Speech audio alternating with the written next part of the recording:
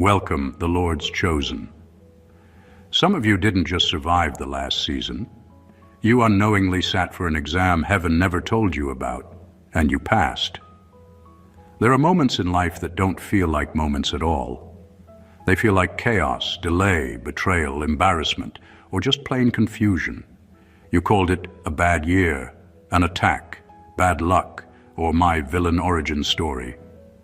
Meanwhile, in the unseen, it was something else entirely, a divine assessment, a secret exam, a quiet evaluation of who you really are when God seems silent, when prayers hit walls, and when nothing on paper suggests you're chosen for anything except stress.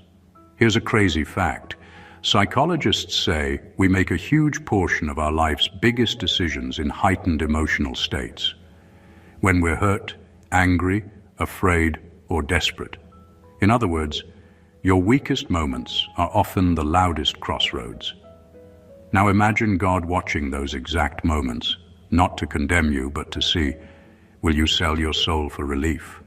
Or will you stay aligned, even when it costs you? That's not superstition. That's data heaven uses to decide what doors you're ready to walk through. And the wild part, you don't get a notification. Congratulations, beloved. You are now entering your big test. Please press 1 to continue. No. You just wake up one day, everything feels off. The people you counted on act weird. Opportunities evaporate and your plans do backflips without your consent. You think you're being punished. But in reality, God is quietly grading something more important than your comfort, your character, your loyalty, your integrity, your response to his silence. While you were wondering, God, what are you doing with my life? Heaven was asking a different question. What will you do with me in your life when nothing I'm doing makes sense to you? That's the secret exam. Not how loud you can shout, I'm chosen. Not how many scriptures you can post on your story, but how you carry yourself when you feel overlooked, delayed, misunderstood, and under spiritual fire with no clear ETA on your breakthrough. The irony is almost funny, almost. You thought you were failing at life because doors kept closing, people kept leaving, and your timeline looked nothing like your expectations. Meanwhile, God was like, look at my child saying no to shortcuts, letting go of toxic attachments, choosing obedience over clout, and not turning bitter even when they had every excuse. Yeah, this one is passing with distinction. You were busy stressing over what you lost. Heaven was quietly stamping your file, approved for next dimension. So if your recent journey has felt like a mix of spiritual boot camp, emotional demolition, and a reality show you never auditioned for, you're not crazy, and you're not behind. You've been sitting for an exam in the dark, and now, something is shifting. New doors, strange favor, unexpected opportunities, divine connections. Things you didn't chase are about to start looking for you, not because you're lucky, but because you're ready.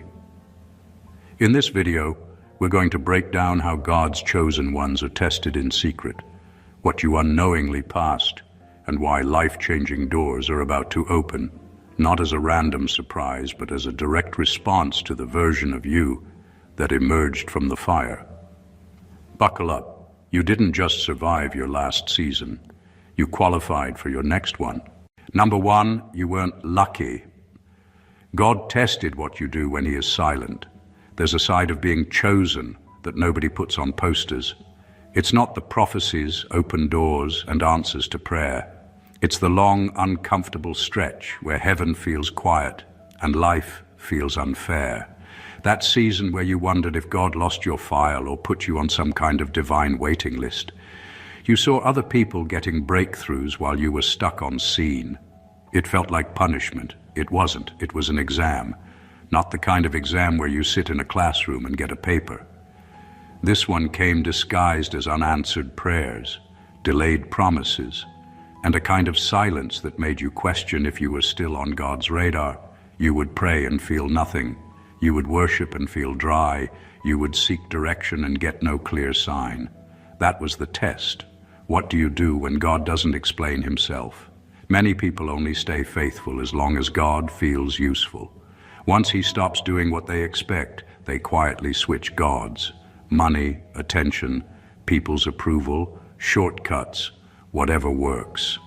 You had every chance to do the same. You could have compromised, manipulated, chased clout, or numbed your pain with distractions. But you didn't. You had your weak days, you had your tears, you had your "God, I don't get this" moments, but you didn't abandon him for another source. That's what heaven was watching. Not just your church attendance, not the scriptures you posted, but the quiet decisions, the temptation you walked away from, the bitterness you refused to feed, the secret envy you let God deal with, the times you still chose to pray when you felt nothing back. On paper, it looked like nothing changed. In the spirit, everything changed.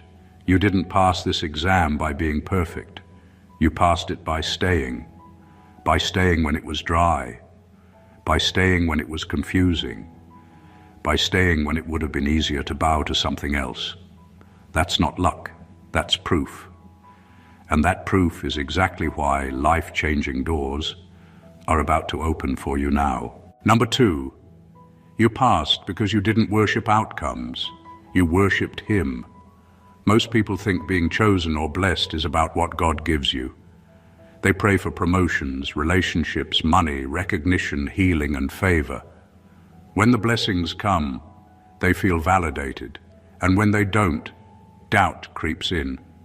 But your journey was different. Your faith wasn't built on what you would get. It was built on who he is. That's why you passed this part of the secret exam. You went through moments when life felt unfair. You didn't get the opportunities you expected, doors stayed closed, and people who should have been allies vanished. Every day had reasons for bitterness, resentment, and complaining. Every delay screamed that maybe your prayers didn't matter. Most people in that situation would start negotiating with God. Okay, if you bless me now, I'll behave. If you fix this, I'll serve you better.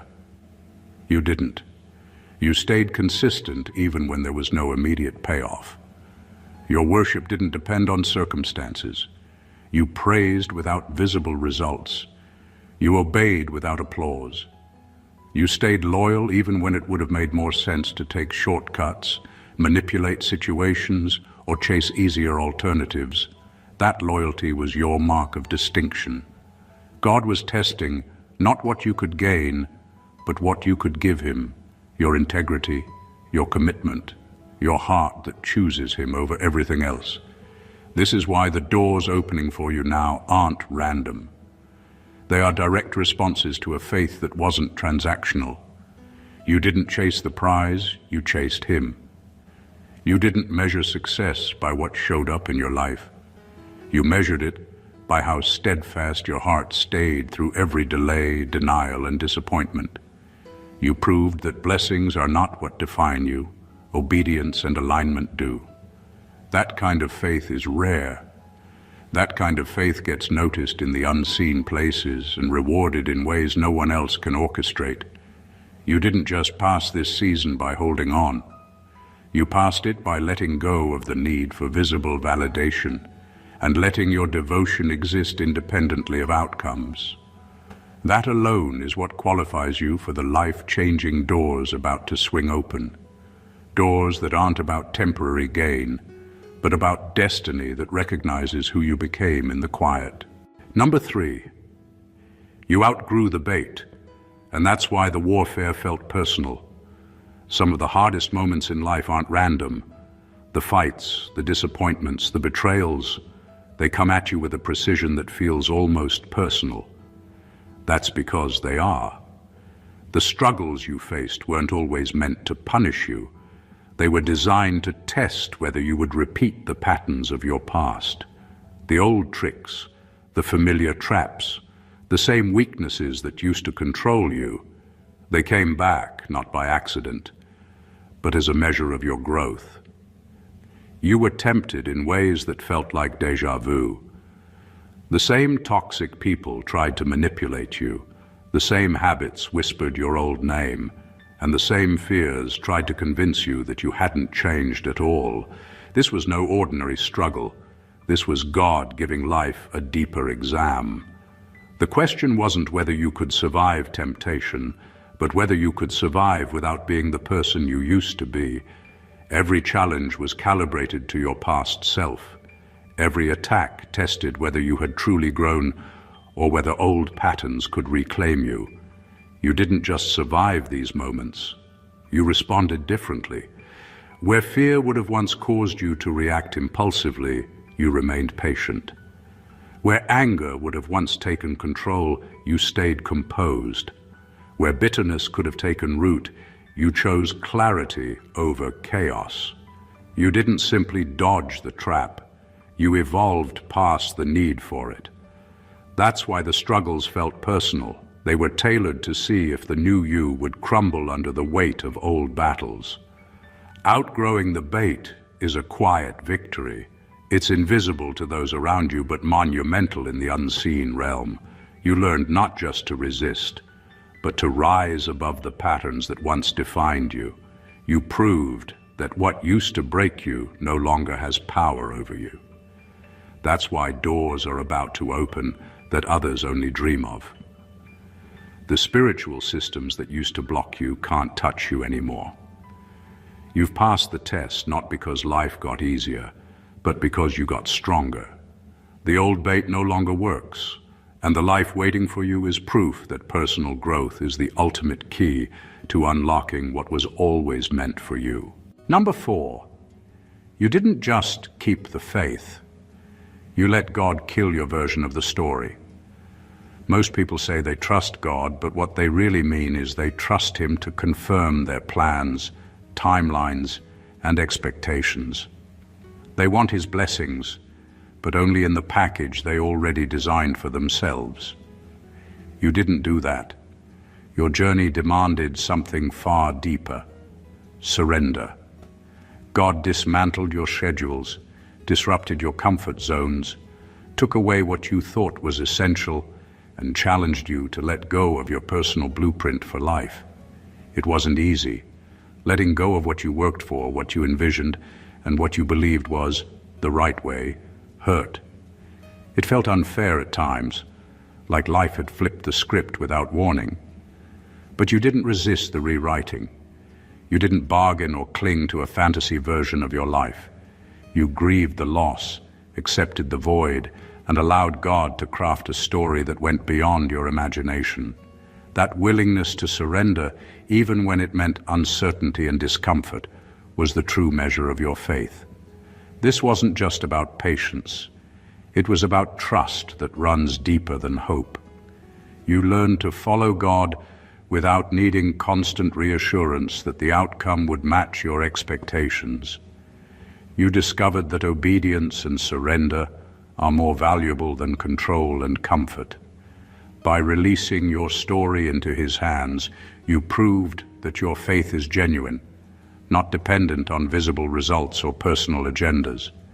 Because of this, God can now trust you with what He has next. Your future won't just be a continuation of what you had. It will be a leap into something 10 times greater than anything you could have imagined or settled for.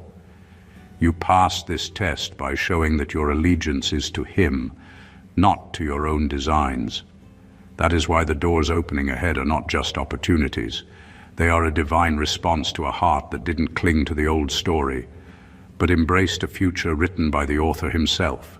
Number 5, you refused to become what hurt you, and that's why your authority is real. Life tested you in ways that left marks most people carry their entire lives. You were betrayed by those you trusted, misunderstood by those who should have known better, used by those who took without giving, overlooked by people who should have recognized your value, and maybe even slandered in ways that shook your confidence. The exam wasn't just about whether you could endure these trials. It was about what you would become because of them. The real question was never, can you survive? It was, will you mutate into what hurt you? So many people respond to pain by becoming its mirror. They manipulate because they were manipulated. They grow cold because they were rejected. They seek revenge because they were wronged. pain often breeds imitation of itself, turning victims into villains. But you didn't. Even when the urge to fight fire with fire, bitterness with bitterness, or cruelty with cruelty tugged at your spirit, you resisted. You refused to let your pain define your character or dictate your actions. You chose healing over hardness, restoration over resentment, and integrity over retaliation. That choice is rare. That choice is what sets apart those who truly lead from those who simply survive. By refusing to be reshaped by your wounds, you became someone capable of authority in ways that go beyond position or title. You didn't just endure pain, you transformed it into power, insight, and wisdom. You now carry influence over the very patterns, people, and circumstances that once tried to control you. The authority you hold isn't borrowed, earned through fear, or dependent on circumstance. It is real because it comes from mastery over yourself, mastery over your response to life's harshest lessons, and mastery over the destructive cycles that once sought to claim you. Your ability to remain unbroken, unbitter, and uncompromised is proof that the exam was passed. The trials weren't detours, they were preparation. And now, because you refused to become the reflection of your pain, you are qualified to walk into spaces, lead wisely, and influence powerfully without ever being dominated by the very forces that tried to shape you. Number 6, you accepted hiddenness instead of forcing visibility. That was your humility test. You've been living in a world that constantly screams, be seen or be nothing. Post it, prove it, explain it, defend it, sell it. If people don't see it, it doesn't count. That's the language of this generation. But you moved differently. You had chances to make noise, clap back, over-explain, show receipts, and prove your worth to people who misjudged you. In moments where you could have dragged everything into the spotlight, you chose something that looks weak on the surface but is terrifyingly powerful in the spirit. You stayed hidden when your ego wanted attention. There were seasons where your efforts went unnoticed, your loyalty went unappreciated, your growth went uncelebrated. Others were posting highlight reels while you were living in what felt like backstage obscurity. Not because you weren't gifted, but because God was testing what you truly craved, validation from the crowd or approval from Him. You could have forced visibility. You could have exaggerated, networked in desperation, attached yourself to people just for access, or curated a version of yourself that looked louder than your actual life. But you didn't. You let your process be private and your roots grow deep. That restraint was not passivity, it was maturity. You allowed misinterpretations to stand without launching a campaign to clean your name. You allowed your work, your consistency, and your integrity to speak over time instead of demanding instant applause. You chose to believe that if God really called you, He didn't need help building your brand at the expense of your character. That's spiritual intelligence. You understood that premature exposure can destroy what hasn't been properly formed. Heaven watched you take the slow route without resenting those who took shortcuts. It watched you value depth over display, transformation over impression, and real anointing over online aesthetics. That was your humility test. And because you passed it, the doors that open next won't be based on hype or algorithm. They'll be tied to assignment. You won't enter rooms trying to prove you deserve to be there. You'll enter rooms because you were sent there. That kind of elevation doesn't collapse under pressure because it wasn't built on noise. It was built on obedience, hiddenness, and a God who knows exactly where you are. Number 7, you let God confront your ego, not just your enemies. A lot of people love spiritual warfare as long as it's about them. The haters, the demons, the jealous ones, the witches, the fake friends. It feels satisfying to point outward. But your last season went deeper than that. God didn't just put a spotlight on your enemies. He put a spotlight on you. Not to shame you, but to heal what would have quietly sabotaged your future. He started showing you parts of yourself that were not as holy as your image. The control issues you disguised as wisdom. The insecurity you covered with over-explaining or over-performing. The entitlement that said, "I deserve this by now." The self-righteousness that made you feel secretly superior to people who weren't as disciplined or deep as you. None of this was fun to see. It's much easier to cry about being attacked than to admit some of my pain came from my own pride, my own decisions, my own blind spots. But you didn't run from that mirror. You didn't slam it shut with excuses like, "That's just how I am," or "At least I'm better than I used to be," or "Other people are worse." You let conviction do its work. You allowed God to correct your tone, your motives, your reactions, your internal conversations. You stopped only praying, "Lord, deal with those against me," and started praying, "Lord, deal with what's wrong in me." That shift alone placed you in a different category. Heaven took note of that posture. Because here's the truth. Heavy doors require healed hearts. Promotion without inner work is a setup for collapse. God loves you too much to expose you widely while your ego is still fragile, touchy, easily offended, desperate to be seen or needing constant validation. In this season, you let him sand down those edges, confront your spiritual stubbornness, and strip away the parts of you that wanted the spotlight more than his will. That's why what's coming next won't destroy you. You won't walk through new doors with a shaky identity and a defensive spirit. You'll walk through them more grounded, more self-aware, more surrendered. Your next level won't be built on, "Look at me," but on, "Lord, use me." That's the kind of vessel God can trust with platforms, influence, and responsibility. Because you didn't just resist your enemies, you humbled your ego. Number 8, you chose alignment over attachment, and heaven took notes. Life has a way of testing loyalty in the trickiest places. Often, the hardest choices aren't about right versus wrong in the moral sense. They're about staying attached to people, habits, or environments that feel familiar but no longer serve your growth. What once brought comfort started feeling like chains. What once felt like home began to suffocate your spirit. You were faced with the quiet, brutal question: will you stay where your soul is slowly dying just because your flesh feels safe? It's one thing to let go of toxic people or destructive habits. It's another to release relationships, routines, and spaces you still loved deeply, knowing that your attachment wasn't aligned with your destiny. That tension, heart versus spirit, is one of the most painful exams you can face. Letting go required courage that few understand. It required trusting God more than your feelings, more than the comfort of what you already knew.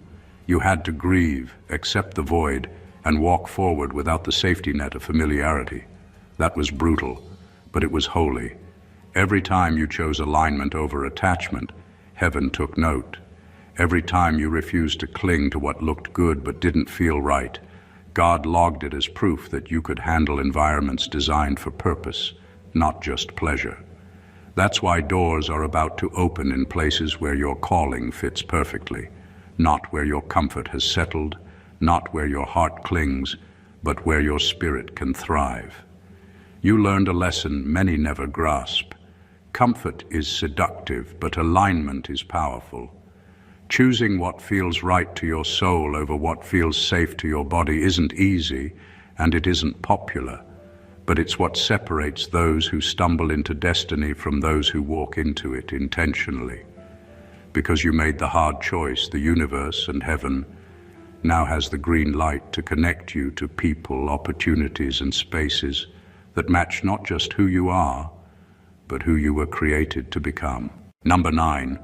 You didn't just ask for blessings, you submitted to pruning.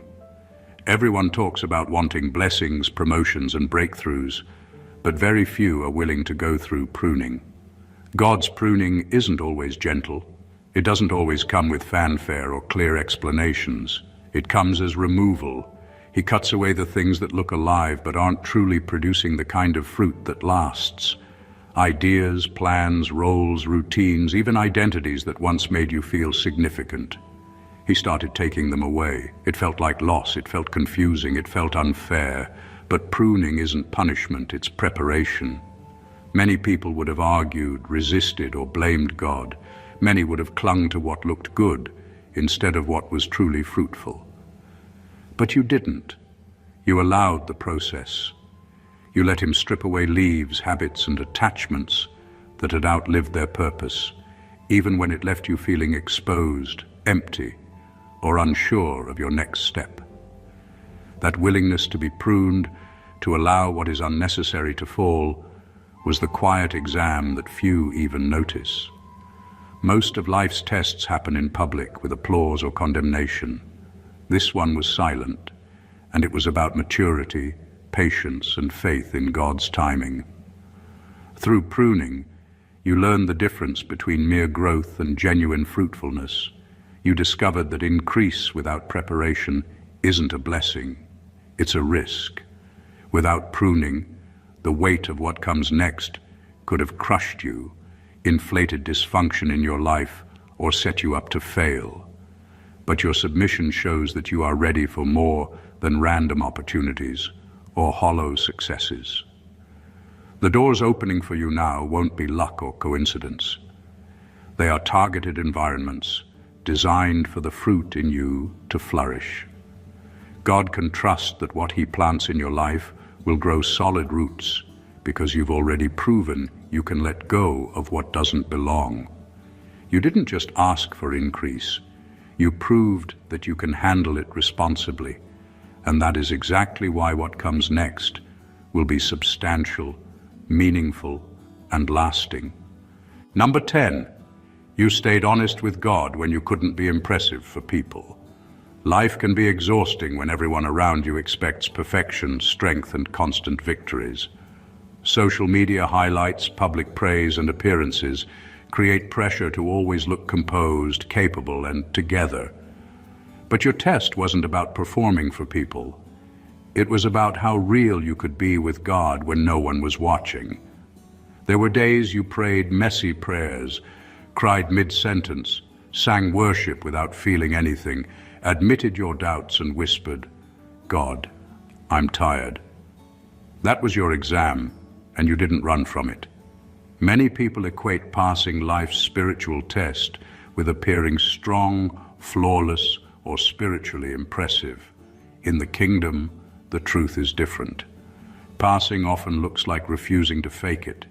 It's dragging your brokenness, confusion, and exhaustion into God's presence and letting Him deal with the rawness instead of performing for others.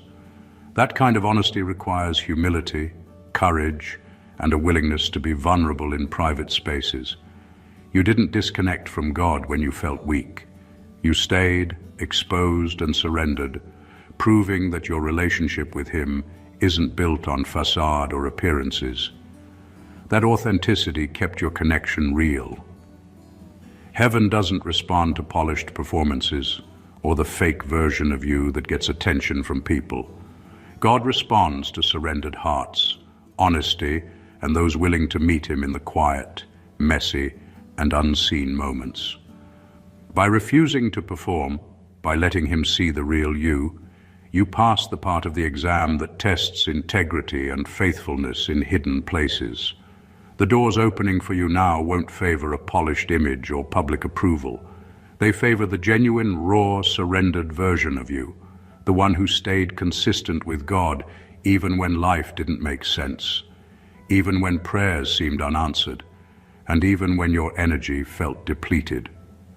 That honesty isn't just a test passed. It's proof that you're ready for assignments, opportunities, and blessings that align with the real you, not the version you pretend to be for others. Number 11, you outlasted the expiration date of certain attacks. Some battles were never meant to stick around as long as they did. They lingered, resurfaced, and repeated themselves because they were tied to generational patterns, old cycles, or spiritual assignments that had been passed down or left unresolved. The test wasn't about having the perfect prayer or shouting the right words once. The real exam was about endurance. Could you stay standing when the attack became repetitive, exhausting, and emotionally draining? Could you remain steadfast when it felt like life kept recycling the same challenges over and over again? You didn't give up. You didn't quit after the first disappointment, the second delay, or the third closed door. You didn't allow yourself to be defined by the frustration, the unfairness, or the discouragement. Instead, you stayed consistent, showing resilience when it would have been easier to crumble, complain, or compromise. That's rare, and that's what separates a person who survives from one who is spiritually prepared for elevation. Outlasting these cycles wasn't just a test of patience, it was a demonstration of authority. When a believer outlives a cycle, that cycle loses legal access to their future. The patterns that once dictated setbacks, failures, and delays no longer have dominion over your life. What tried to oppress, discourage, or manipulate your trajectory now falls flat, powerless against the endurance you cultivated. This is why the doors opening for you now will feel strange to the old patterns that tried to control you. Those attacks, those cycles, those delays, they won't follow you into this next season. You passed the hidden test of perseverance, proving that you are no longer bound by what previously held you back. The battles that lingered for so long have expired, and now your future moves freely into the open. The persistence, patience, and faithfulness you displayed in the dark have set the stage for opportunities that cannot be obstructed by anything that used to try to define your limits. Number 12. You learn to separate God's character from your circumstances. One of the toughest tests you faced was learning that life doesn't always make sense. Everywhere you looked, it seemed like the world was upside down. People who acted selfishly prospered. Dishonest individuals gained opportunities you had been praying for. The unfairness of it all could have easily shaken your faith or warped your understanding of who God really is. Most people, when faced with this, start redefining God's goodness to match their pain. They assume that if life is messy, He must be absent, indifferent, or unjust. But you didn't do that. You held on to a higher standard. You refused to downgrade God's character to fit your disappointment.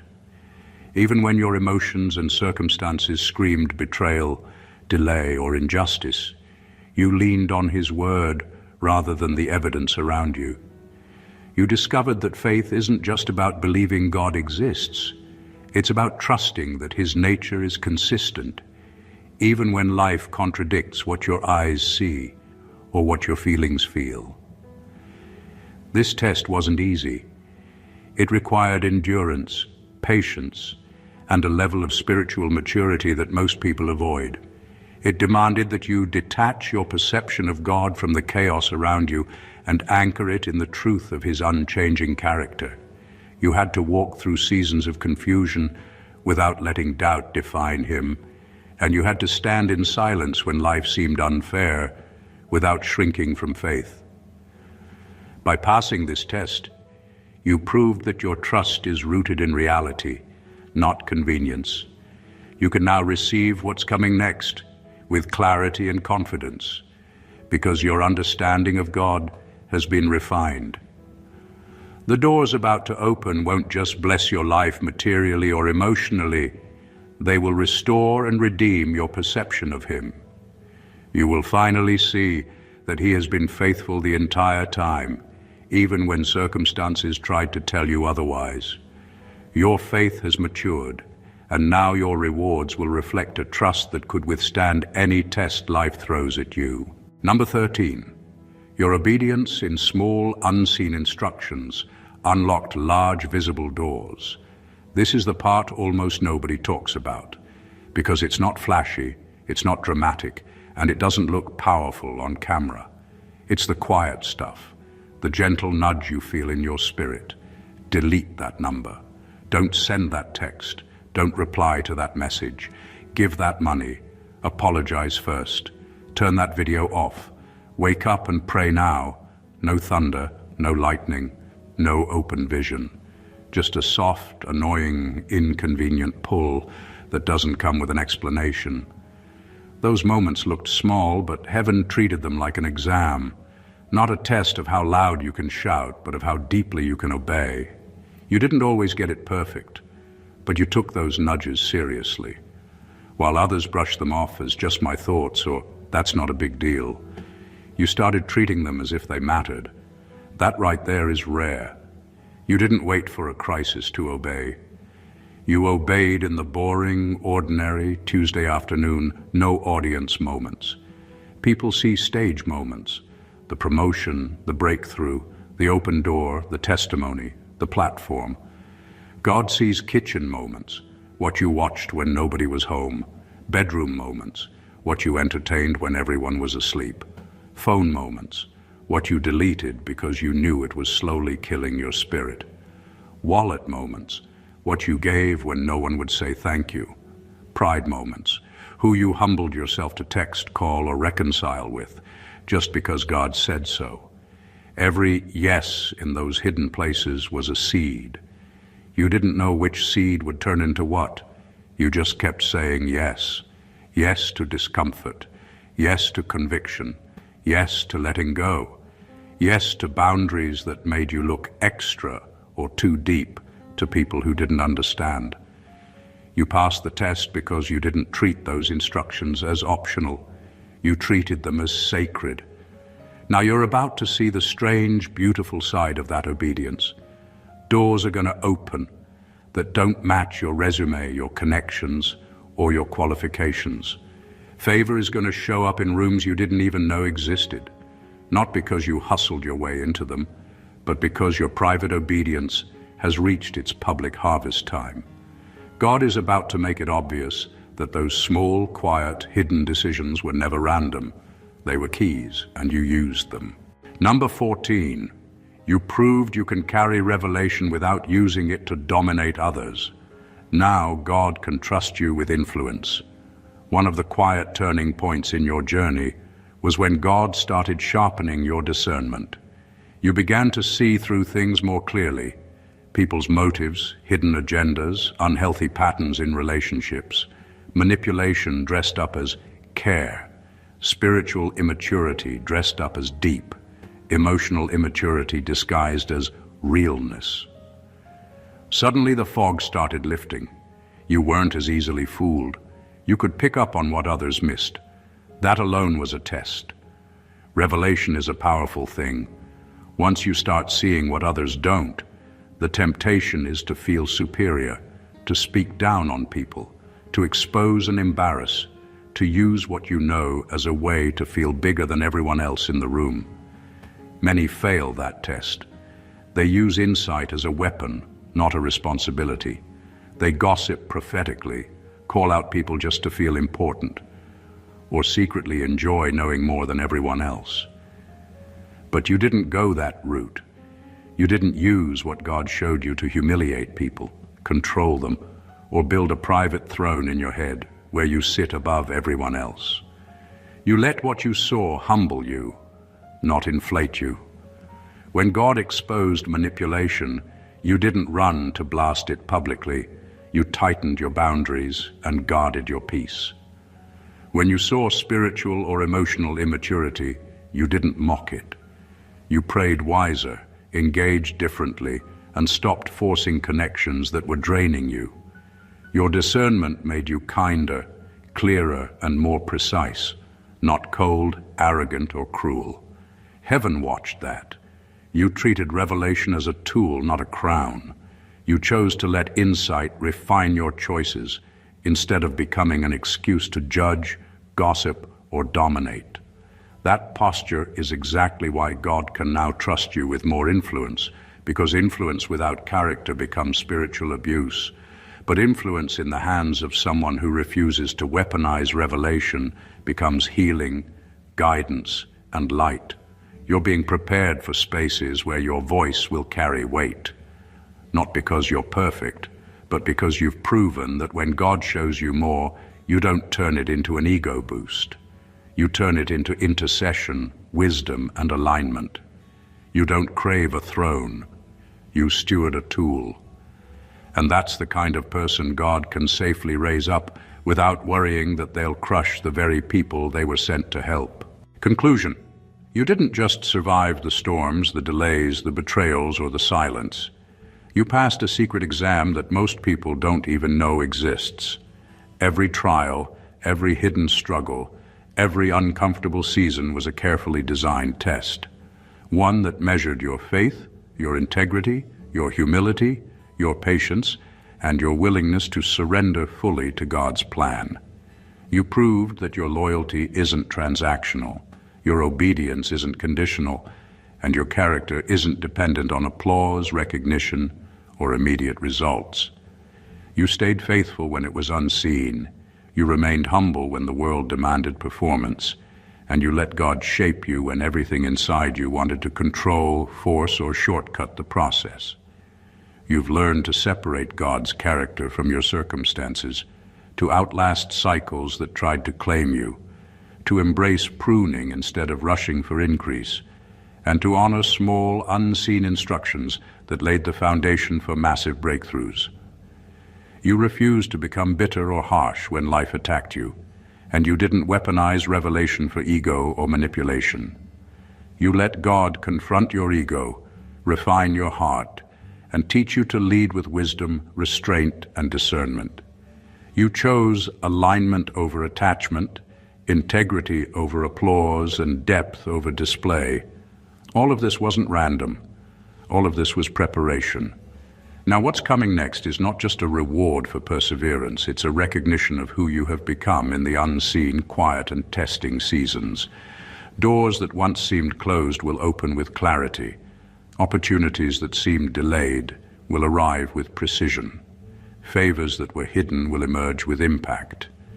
And your life will begin to reflect not just what you endured, but what you allowed God to shape within you. The invisible victories, the private battles, the surrendered heart, and the unwavering faith. This is your season of elevation. It's a season where the unseen obedience, humility, patience, and discernment you've cultivated will explode into visible, life-changing outcomes. Heaven has been taking notes, and the alignment of your heart with God's purpose has qualified you for breakthroughs that go far beyond what you could have imagined or prepared for on your own. The life ahead is not just better, it's extraordinary, because it's rooted in a faith that has been tested, refined, and proven. If this message resonates with you, don't keep it to yourself. Subscribe to the channel for more life-changing insights. Like this video to support our work, share it with someone who needs to hear this today, and leave a comment sharing how your journey has prepared you for your next season. Your breakthrough is closer than you think, and it's time to step into it fully. Stay blessed always.